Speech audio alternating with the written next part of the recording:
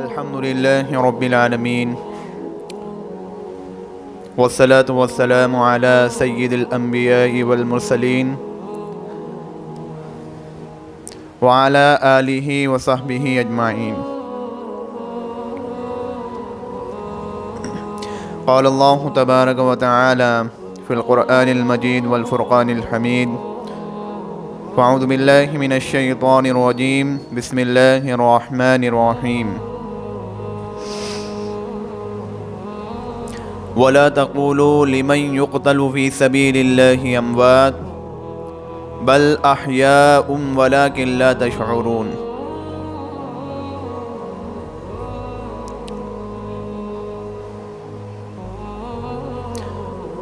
جو اللہ کی راہ میں مارے جائیں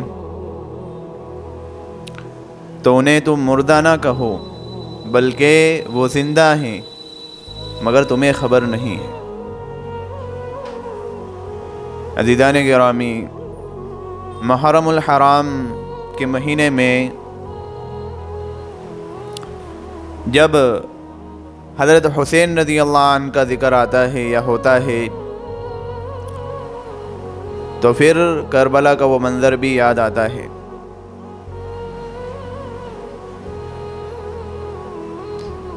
کہ جس میں کائنات کا بدترین ظلم اہل بیت پر ڈھایا گیا، اور نواسے رسول حضرت حسین رضی اللہ عنہ جو کہ جنت میں نوجوانوں کے سردار ہوں گے، رسول اللہ صلی اللہ علیہ وسلم کے وہ جگر کے ٹکڑے وہ شہید کر دیے گئے۔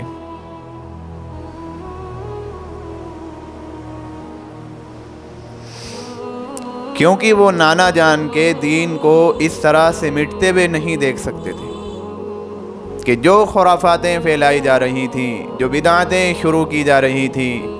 وہ یہ سب نہیں دیکھ سکتے تھے۔ یزیدی لشکر، یزید نے، ظالم یزید نے اپنی طاغوتی طاقت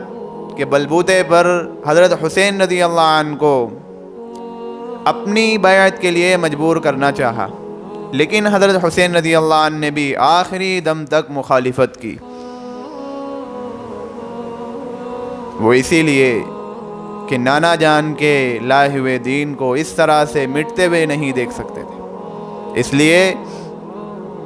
سر تو کٹا دیا لیکن باطل کے آگے جھکے نہیں، اور اس کے نتیجے میں کربلا کے میدان میں وہ منظر پیش آیا کہ جس میں اہل بیت اور حضرت حسین رضی اللہ عنہ کو شہید کر دیا گیا۔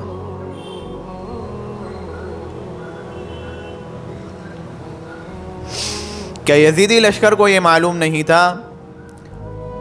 کہ حضرت حسین رضی اللہ عنہ کی قرابت رسول اللہ صلی اللہ علیہ وسلم سے ہے؟ کیا انہیں اس کی خبر نہیں تھی کہ حضرت حسین رضی اللہ عنہ کا نسب کیا ہے؟ کیا انہیں یہ بھی پتہ نہیں تھا کہ حضرت حسین رضی اللہ عنہ یہ رسول اللہ صلی اللہ علیہ وسلم کے چچا زاد بھائی امیر المؤمنین علی بن طالب رضی اللہ عنہ کے صاحبزادے تھے؟ کیا انہیں اتنا بھی پتہ نہیں تھا کہ یہ فاطمہ رضی اللہ عنہ کے جگر کے ٹکڑے تھے؟ کیا انہیں یہ بھی خبر نہیں تھی کہ رسول اللہ صلی اللہ علیہ وسلم نے فرمایا تھا کہ حسن اور حسین رضی اللہ عنہ یہ جنت میں نوجوانوں کے سردار ہوں گے؟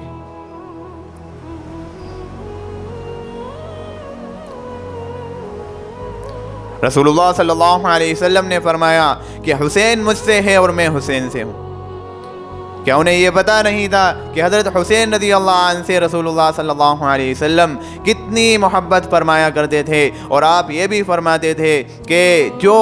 علی، فاطمہ، حسن اور حسین رضوان اللہ علیہم اجمعین سے لڑے گا تو میری لڑائی اس سے ہے۔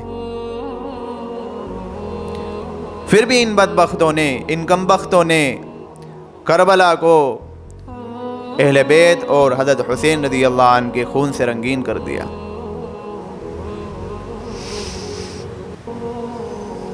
حضرت حسین رضی اللہ عنہ کے بڑے صاحبزادے علی اکبر رحمۃ اللہ علیہ، یہ کربلا کے میدان میں، یہ جنگ میں ایک شعر پڑھتے ہوئے آگے بڑھے کہ انا ابن علی ابن الحسین ابن علی نحن رب البیت اولا بالنبی، کہ میں حسین ہوں علی کا بیٹا، اور قسم ہے رب البیت کی کہ ہم رسول اللہ صلی اللہ علیہ وسلم سے قریب تر ہیں۔ لیکن ایک بدبخت مرہ نے ایک نیزہ مارا، حضرت علی اکبر رحمۃ اللہ علیہ زمین پر گر پڑے، اور کچھ بدبختوں نے، کچھ شقیوں نے آگے بڑھ کر ان کے جسم کے ٹکڑے کر دیے۔ عمر بن سعد نے قاسم بن حسن کے سر پر ایک تلوار ماری کہ جس کی وجہ سے وہ زمین پر گرے، اور ان کے منہ سے ایک آواز نکلی کہ یا چچا، اے چچا۔ حضرت حسین رضی اللہ عنہ نے دوڑ کے ان کو سنبھالا اور اپنے بھتیجے قاسم بن حسن کی لاش کو اپنے کاندھے پر لے کر خیمے کے قریب آئے۔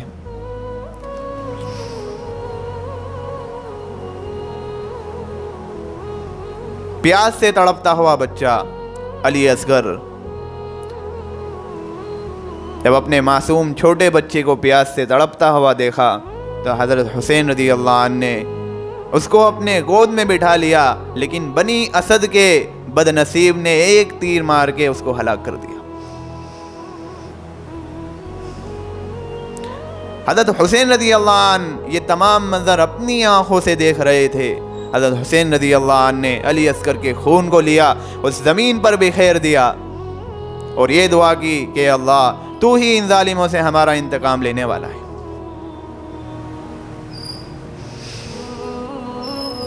حضرت حسین رضی اللہ عنہ کے بھائی عباس رضی اللہ عنہ یہ ام البنین کے بیٹے ہیں۔ حضرت علی رضی اللہ عنہ نے حضرت فاطمہ رضی اللہ عنہا کے بعد ام البنین سے نکاح کیا، جن سے 4 صاحبزادے ہوئے، ایک یہ عباس بن علی، ایک جعفر بن علی، ایک عثمان بن علی، ایک عبداللہ بن علی، جس میں حضرت عباس اور حضرت جعفر کے دونوں بیٹے یہ کربلا کے میدان میں شریک رہے، اور حضرت عباس رضی اللہ عنہ تو آخری وقت تک شریک رہے، آخری دم تک حضرت حسین رضی اللہ عنہ کے ساتھ کھڑے رہے، اور انہی کو علمدار کا لشکر بنایا گیا، علمدار لشکر بنایا گیا تھا۔ موقع با موقع پر انہی کو کچھ لوگوں کے ساتھ پانی لینے کے لیے بھیجا جاتا تھا۔ 7 محرم الحرام کو 30 سواروں اور پاپیادہ کے ساتھ پانی لینے کے لیے فرات پر بھیجا۔ کسی طرح سے وہاں پر پہرے دار تھے تو پانی لے کر آ گئے، لیکن 10 محرم الحرام کو جب کربلا کے میدان میں گھمسان کی لڑائی ہو رہی ہے اور ایک آواز آنا شروع ہو گئی العطش والعطش، یعنی پیاس پیاس، تو حضرت عباس سے رہا نہیں گیا، یہ گھوڑے پر سوار ہوئے، ایک مشکیزے کو، ایک پانی کے مشک کو اپنے ساتھ میں لیا، اور وہی فرات پر جہاں پر پانی تھا وہاں پر گئے، پہرے دار وہاں پر لگے ہوئے تھے، لیکن کسی طرح سے ان سے لڑائی کی اور ان کو دور بھگایا، اور جب پانی کو پینے کے لیے اٹھایا تو دیکھا کہ وہاں پر بچے پیاس سے تڑپ رہے ہیں، پانی کو بھیگا، اپنے اس مشکیزے میں پانی کو لیا، پانی کو لے کر اپنے دائیں بازو پر اس مشک کو، پانی کی مشک کو لے کر روانہ ہوئے۔ راستے میں ان کو روک لیا گیا، وہاں پر لڑائی شروع ہوئی، جو دائیں بازو پر جو مشک، پانی کا مشک رکھا ہوا تھا، تو دشمنوں نے اس مشک کو تاکہ وہ نہ لے جا پائے ایک وار کیا دائیں بازو پر، تو دایاں بازو کٹ کر نیچے گر گیا، لیکن ابھی حوصلہ پست نہیں ہوا، پھر اس مشکیزے کو اٹھایا، پھر اپنے بائیں بازو پر لیا، لیکن وہی نوفل ازرقی نے پھر بائیں بازو پر ایک وار کیا، جس کی وجہ سے وہ بھی نیچے کٹ کر گر گیا، لیکن ابھی بھی حوصلہ پست نہیں ہوا۔ پھر اس مشکیزے کو اپنے دانت میں لیا اور اپنے دانت میں لے کر پھر گھوڑے پر سوار ہوئے اور پھر روانہ ہوئے، لیکن ان بدبختوں نے 2 تیر چلائے، ایک تیر اس مشکیزے پر، جیسے ہی اس مشکیزے پر لگا پانی بکھر گیا، اور دوسرا تیر جا کر ان کے سینے پر لگا اور وہ گھوڑے سے اچانک گر گئے۔ نہ ہاتھ ہیں، زخموں سے چور ہیں، اپنے بھائی حضرت حسین رضی اللہ عنہ کو آواز لگائی، مولا ادرکنی۔ حضرت حسین رضی اللہ عنہ نے جب یہ آواز سنی تو دوڑ کر ان کے قریب جب پہنچے تو وہ خون میں لت پت ہو چکے تھے۔ حضرت حسین رضی اللہ عنہ کے منہ سے ایک آواز نکلی، الانا انکسر ظہری، کہ اب تو میری پیٹھ ٹوٹ گئی۔ یہ وہ عباس علمدار ہیں جن کی شہادت اس طریقے سے ہوئی۔ حضرت حسین رضی اللہ عنہ اپنے ایک ایک رفاقہ کو اپنے سامنے شہید ہوتے ہوئے دیکھ رہے تھے، اپنے سامنے قتل ہوتے ہوئے دیکھ رہے تھے، اپنے سامنے ذبح ہوتے ہوئے دیکھ رہے تھے۔ حضرت حسین رضی اللہ عنہ نے آخری دم تک ان کا مقابلہ کیا، اپنی تلوار سے ان کا مقابلہ کیا، لیکن بالآخر بدبختوں نے، شمر نے 10 آدمیوں کو ساتھ لے کر حضرت حسین رضی اللہ عنہ کو قتل کیا۔ 10 آدمیوں کو کہا کہ تم ایک ساتھ حملہ آور ہو، کوئی ایک بھی آگے جانے کے لیے تیار نہیں تھا۔ جس طرف حضرت حسین رضی اللہ عنہ آتے تو وہ پوری ٹکڑی بالکل بکھر جایا کرتی تھی۔ پھر شمر نے کہا کہ 10 آدمی ایک ساتھ حملہ کریں۔ اس طریقے سے حضرت حسین رضی اللہ عنہ کو شہید کر دیا گیا، اور پھر حکم دیا خولہ بن یزید کو کہ سر لے کر آؤ، سر کو گردن سے کاٹ کر الگ کر کے لے کر آؤ میرے پاس۔ تو خولی بن یزید کانپ گیا، اس کے ہاتھ تھرا گئے، لیکن سنان بن انس نے اس کام کو انجام دیا، اور اتنے پر ہی بس نہیں کیا کہ سارے اہل بیت کو لیٹا کر گھوڑوں کی ٹاپوں میں روندا گیا۔ جب ابن زیاد کے سامنے حضرت حسین رضی اللہ عنہ کے سر مبارک کو لایا گیا تو اس کے ہاتھ میں ایک چھڑی تھی، اور وہ اس چھڑی کے ذریعے سے حضرت حسین رضی اللہ عنہ کے سر کو چھیڑ رہا تھا، کہیں ناک پہ مارتا، کہیں ہونٹوں پر مارتا۔ ایک صحابی اس مجلس میں بیٹھے ہوئے تھے، ان صحابی سے رہا نہیں گیا، وہ صحابی کھڑے ہوئے، کہا کہ اپنی چھڑی کو ان متبرک جگہوں سے ہٹا لے، کیونکہ میں نے رسول اللہ صلی اللہ علیہ وسلم کو اس جگہ بوسے دیتے ہوئے دیکھا ہے۔ اور یہ کہہ کر باہر نکل گئے کہ اے قوم عرب، کہ تم نے سیدۃ النساء فاطمہ رضی اللہ عنہا کے بیٹے کو قتل کر ڈالا اور مرجانہ کے بیٹے کو امیر بنا لیا، جو تم میں سے نیکوں کو دھیرے دھیرے قتل کر دے گا۔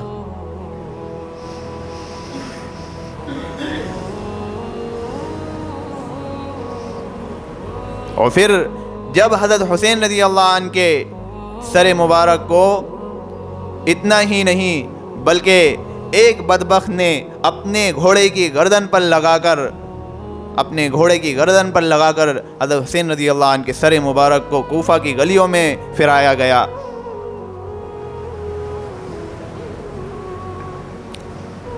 اور یہی سر پھر یزید کے پاس لے جایا گیا۔ یزید نے بھی وہی حرکتیں کی، یزید نے بھی ایک چھڑی کے ذریعے سے حضرت حسین رضی اللہ عنہ کے سر کو اس طریقے سے چھیڑا۔ لیکن امام ظہری فرماتے ہیں کہ جو لوگ قتل حسین میں شامل تھے کہ ان کا نتیجہ یہ ہوا کہ ایک بھی نہیں بچے، کہ آخرت سے پہلے ہی دنیا میں انہیں ایسا نہیں ہوا کہ انہیں دنیا میں سزا نہ ملی ہو، کہ کوئی جل کر مر گیا، کوئی کالا سیاہ ہو گیا اور حکومتیں چھن گئیں۔ اس طریقے سے ایک ایک بالکل جو بھی قتل حسین میں شریک تھا اور جس کا اہم کردار تھا وہ تو بالکل نہیں بچا۔ ایک بوڑھا شخص وہ بھی قتل حسین میں شریک تھا، جب صبح کو اٹھا تو وہ نابینا ہو چکا تھا۔ ایک بدبخت وہ قتل حسین میں شریک تھا، تو جب اس کو دیکھا گیا تو اس کا منہ کالا تارکول کی طرح ہو گیا۔ جب اس سے پوچھا کہ تمہارے ساتھ یہ معاملہ کیسے پیش آیا، تو اس نے کہا کہ جب سے میں نے حضرت حسین رضی اللہ عنہ کے سر مبارک کو اپنے گھوڑے کی گردن میں لگایا ہے تو تب میں ذرا سا سوتا ہوں، 2 آدمی آتے ہیں، میرے بازو کو پکڑتے ہیں اور دہکتی ہوئی آگ میں مجھے لے جاتے ہیں۔ اس طریقے سے وہ مر گیا۔ ایک دعوت کی مجلس لگائی گئی تو اس میں حضرت حسین رضی اللہ عنہ کے قتل پر ذکر چھڑا کہ جس نے حضرت حسین رضی اللہ عنہ کو قتل کیا ہے انہیں دنیا میں سزا ملی. تو ایک شخص وہاں پر موجود تھا کہ یہ غلط ہے، میں بھی قتل حسین میں شریک تھا، میرے ساتھ تو بالکل ایسا کچھ نہیں ہوا، میں تمہارے سامنے بالکل درست طریقے سے کھڑا ہوں. جب وہ گھر گیا، گھر جا کر وہ اپنے چراغ کو درست کرنے کے چکر میں ایسی آگ لگی کہ وہ جل بھن گیا. جب صبح دیکھا گیا تو وہ کوئلہ بن گیا تھا. اور یہ ابن زیاد جو کوفہ کا گورنر تھا، جسے یزید نے کوفہ میں گورنر کے طور پر مقرر کیا تھا اور جس کے سارے حکموں پر یہ کام ہو رہا تھا، ابن زیاد کے ساتھ یہ ہوا کہ 66 ہجری میں ابراہیم بن مالک بن اشتر نخعی سے 66 ہجری میں جنگ ہوئی. تو ابراہیم بن مالک نے ابن زیاد اور ان کے ساتھیوں کو قتل کیا اور شہر کی جامع مسجد کے چبوترے پر ان سروں کو اسی طریقے سے ایک ساتھ لگا دیا گیا. اس روایت کو اس کی روایت کرنے والے عمیر بن عمارہ ہیں. وہ کہتے ہیں کہ ایک کوہرام مچا ہوا تھا، عجیب و غریب دہشت تھی کہ جب وہ سر لائے گئے اور چبوترے پر رکھے گئے تو تھوڑی دیر میں ایک آواز آنا شروع ہوئی، وہ آیا وہ آیا وہ آیا. تو میں نے دیکھا کہ ایک اژدہا، ایک سانپ وہ آتا ہے اور ان سروں میں گھستا ہے اور ابن زیاد کے ناک کے اندر گھستا ہے. وہ تھوڑی دیر وہاں پر ٹھہرتا ہے اور پھر چلا جاتا ہے اور ایک دم غائب ہو جاتا ہے. پھر تھوڑی دیر بعد وہی آواز آنا شروع ہوئی، وہ آیا وہ آیا وہ آیا. پھر اسی طریقے سے وہی واقعہ پیش آیا. 2-3 مرتبہ یہی واقعہ پیش آیا. ابن زیاد اور ان کے ساتھیوں کے ساتھ یہ حال ہوا کہ انہوں نے حضرت حسین رضی اللہ عنہ کے سر کو جسم سے الگ کیا تھا، ان کے بھی سر ان کے جسموں سے الگ کر دیے گئے اور انہیں بھی دنیا میں بڑی ذلت و رسوائی ہوئی.